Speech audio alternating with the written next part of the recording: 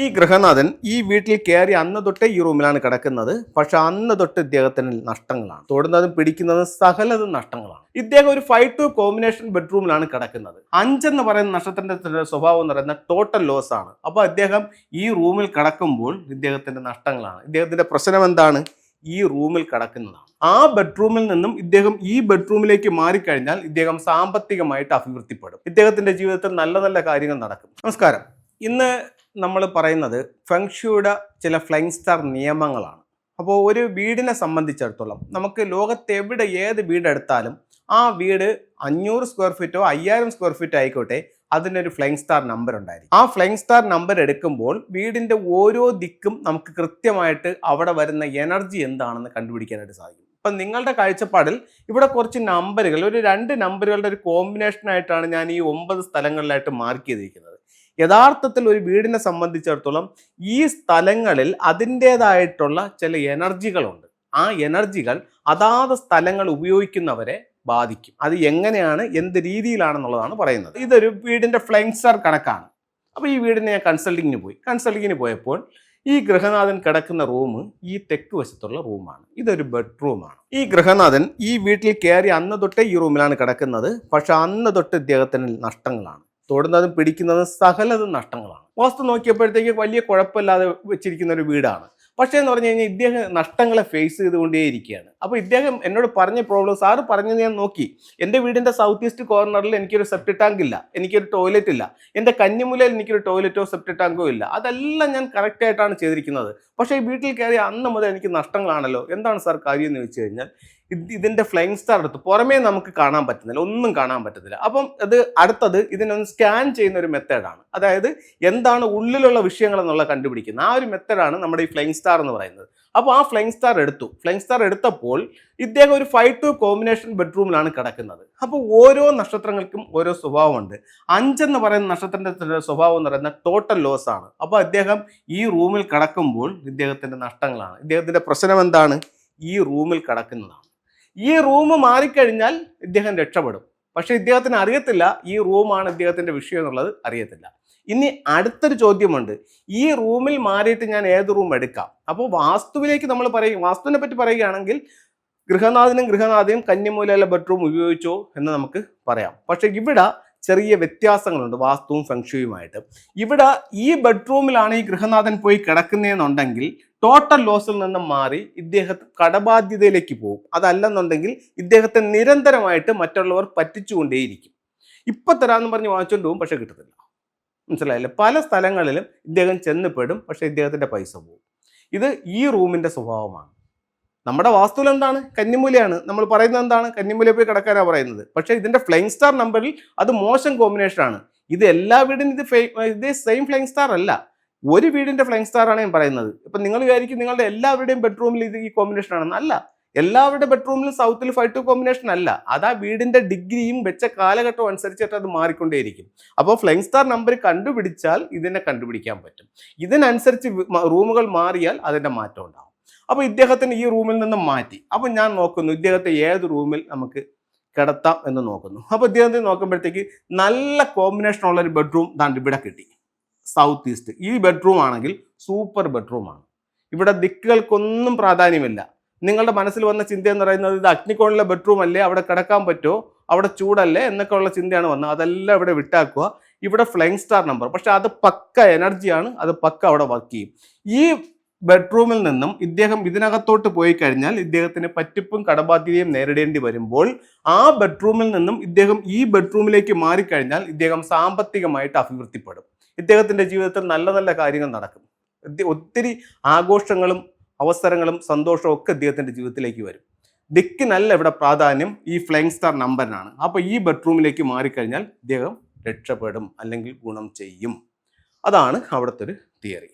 അപ്പോൾ ഒരു ബെഡ്റൂം മാറിയാൽ തന്നെ ഒരാളുടെ ജീവിതം രക്ഷപ്പെടും. പക്ഷെ അത് ഏത് ബെഡ്റൂമിലേക്ക് പോകുന്നു എന്നുള്ളതാണ് അവിടുത്തെ കാരണം. ഇനി ഒരു ഉദാഹരണത്തോടെ പറയാം. ഇദ്ദേഹം ഈ ബെഡ്റൂമിൽ നിന്ന് മാറി നോർത്ത് വെസ്റ്റിൽ ഒരു ബെഡ്റൂം ഉണ്ട്, ഇദ്ദേഹം ഈ ബെഡ്റൂമിലേക്ക് പോയി എന്ന് കരുതുക.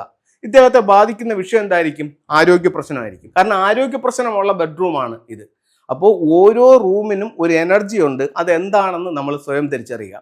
ഇത് കാണുന്നവരോട് എനിക്കുള്ള ഒരു അഭ്യർത്ഥന എന്ന് പറഞ്ഞു കഴിഞ്ഞാൽ, നിങ്ങൾക്ക് ഇതിൽ വിശ്വാസമുണ്ടെങ്കിലും ഇല്ലെങ്കിലും ശരി തന്നെ, നിങ്ങളുടെ വീടിൻ്റെ ഓരോ ദിക്കിലും വന്നിരിക്കുന്ന നക്ഷത്രങ്ങൾ ഏതാണെന്നും അതിൻ്റെ സ്വഭാവം ഏതാണെന്നും നിങ്ങൾ കൃത്യമായി തിരിച്ചറിയണം. ഇപ്പോൾ ഉദാഹരണത്തിന് പറയുകയാണെങ്കിൽ, ജീവിതത്തിൽ ഒരുപാട് സ്ട്രഗിൾ ചെയ്യുന്ന അല്ലെങ്കിൽ ഒരുപാട് പ്രശ്നങ്ങൾ ഫേസ് ചെയ്യുന്നവർ ഓർക്കുക, നിങ്ങൾ ഈ 5-2 കോമ്പിനേഷനിലാണോ കിടക്കുന്നത്, അല്ലെങ്കിൽ നിങ്ങളുടെ ബെഡ്റൂമിൽ മൗണ്ട് സ്റ്റാർ ആയിട്ട് ഒരു 5 വന്നിട്ടുണ്ടോ എന്നെങ്കിലും നിങ്ങൾ സ്വയം ഒന്ന് തിരിച്ചറിയേണ്ടത് ഏറ്റവും അത്യാവശ്യമാണ്. അപ്പോൾ ഈ ബെഡ്റൂം മാറിയപ്പോൾ ഇവിടെ പ്രോസ്പെരിറ്റി വന്നു, ഇവിടെ ബെഡ്റൂം മാറിയപ്പോൾ ആരോഗ്യ പ്രശ്നം വന്നു, ഇവിടെ ബെഡ്റൂം മാറിയപ്പോൾ കടബാധ്യതയിലേക്ക് പോയി. ഇനി ഈ ബെഡ്റൂമാണ് ഉപയോഗിക്കുന്നതെങ്കിലോ കേസും വഴക്കുമാവും. അങ്ങനെ ഓരോ ബെഡ്റൂമിൻ്റെയും എനർജി മാറിക്കൊണ്ടിരിക്കും.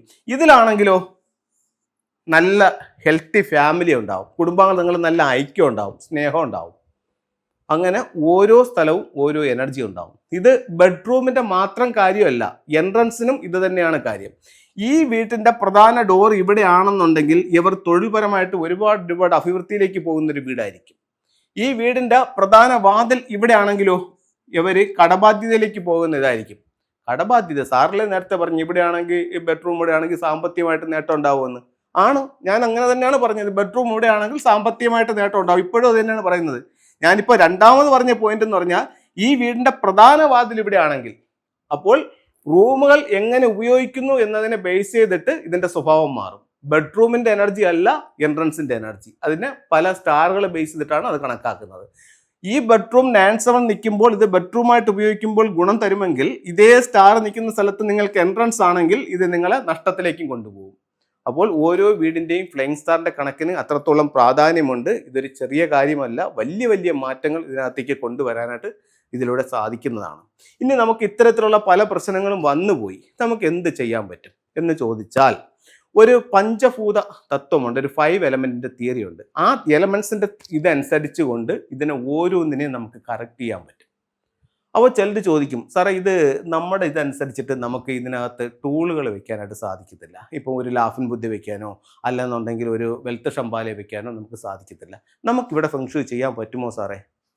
ഉറപ്പായിട്ടും ചെയ്യാൻ പറ്റും. ഒരു 5 എലമെന്റുകൾ ഉപയോഗിച്ചുകൊണ്ട് ചെയ്യാൻ പറ്റും. Metal energy, water energy, wood energy, earth energy, fire energy, ഈ 5 എനർജികൾ ഉപയോഗിച്ചുകൊണ്ട് നമുക്ക് ചെയ്യാൻ പറ്റും. ഒരു എലമെന്റിൻ്റെയും സ്റ്റാച്യുവിൻ്റെയും ആവശ്യമില്ല. പക്ഷെ അപ്പം പിന്നെ എന്തിനാണ് ഈ സ്റ്റാച്യു വെക്കുന്നതെന്ന് ചോദിച്ചു കഴിഞ്ഞാൽ, ആ സ്റ്റാച്യു വെക്കുമ്പോൾ അതിൻ്റെ ഒരു പ്രോസ്പെരിറ്റിയും കൂടെ നിങ്ങൾക്ക് ഉണ്ടാവും. മറ്റത് എലമെന്റ് തിയറി, ഇതെന്ന് പറയുമ്പോഴത്തേക്ക് സിംബോളിക് ആയിട്ടുള്ള തിയറി. ഇത് രണ്ടും കൂടെ മിക്സ് ചെയ്ത് ചെയ്യുമ്പോൾ സഡൻ റിസൾട്ട്, ഹൈ റിസൾട്ട്.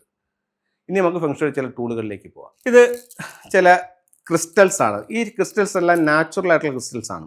ഇത് ഗ്രീൻ ജേഡ് എന്ന് പറയുന്ന ഒരു സ്റ്റോൺസ് ആണ്. ഇത് എന്തിനു ഉപയോഗിക്കാമെന്ന് വെച്ച് കഴിഞ്ഞാൽ, ഹെൽത്ത് മെച്ചപ്പെടുത്താൻ വേണ്ടിയിട്ട് ഇത്തരത്തിലുള്ള ബ്രേസ്ലെറ്റുകൾ, ഇത് ഹെൽത്ത് മെച്ചപ്പെടാനായിട്ട് ഉപയോഗിക്കുന്ന ഒരു ബ്രേസ്ലെറ്റ് ആണ്. ഇത് ഗ്രീൻ കളർ. അത് കഴിഞ്ഞിട്ട് ഇത് കർണേലിയൻ്റെ ബ്രേസ്ലെറ്റ് ആണ്. തൊഴിൽപരമായിട്ട് നല്ല അഭിവൃദ്ധി നേടാനായിട്ട് ഈ ബ്രേസ്ലെറ്റുകൾ ഉപയോഗിക്കുന്നുണ്ട്.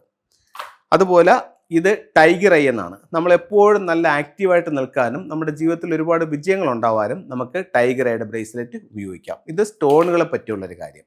ഇനി നമുക്ക് ചില ബോർഡുകൾ, ചില സിമ്പലുകൾ നമുക്ക് ജീവിതത്തിൽ എങ്ങനെ ഫലം കൊണ്ടുവരും എന്നുള്ളതാണ്. ഇത് 8 എന്ന് പറയുന്ന ഒരു സിമ്പിൾസ് ആണ്. ഇത് നിങ്ങളുടെ സ്വീകരണ മുറിയുടെ അല്ലെങ്കിൽ നിങ്ങളുടെ ഷോപ്പിൻ്റെയോ സൗത്ത് ഈസ്റ്റിൽ വെക്കുകയാണെങ്കിൽ വെൽത്ത് നേടിത്തരുമെന്ന് ഫെങ്ഷുയിൽ പറയുന്നു.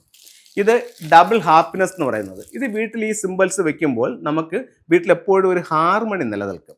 ഇനി കുടുംബാംഗങ്ങളെ ഐക്യത്തിലേക്ക് കൊണ്ടുവരാനും പരസ്പര സ്നേഹത്തിലേക്ക് കൊണ്ടുവരാനും ഇത്തരത്തിലുള്ള മിസ്റ്റിക് നോട്ടിൻ്റെ സിമ്പിളുകൾ ഉപയോഗിക്കാം. അത് കണക്ക് തന്നെ കപ്പിൾസിൻ്റെ ഐക്യത്തിന് വേണ്ടിയിട്ടും അവരുടെ ബെഡ്റൂമിൽ ഈ സൗത്ത് വെസ്റ്റിൽ ഈ സിമ്പിൾസ് ഉപയോഗിക്കാം. അവരുടെ ബെഡിൻ്റെ അടിയിലും ഇത്തരം സിമ്പിളുകൾ ഉപയോഗിക്കുന്നത് ഇവരുടെ പരസ്പര സ്നേഹവും വിശ്വാസവും വർദ്ധിപ്പിക്കുക എന്നുള്ളതാണെന്ന് ചൈനീസ് വാസ്തുവിലെ ഫെങ്ഷുയിൽ പറയുന്നു. എല്ലാവർക്കും എല്ലാ സൗഭാഗ്യങ്ങളും ഉണ്ടാവട്ടെ എന്ന് പ്രാർത്ഥിച്ചുകൊണ്ട് നിർത്തുന്നു. നന്ദി, നമസ്തേ.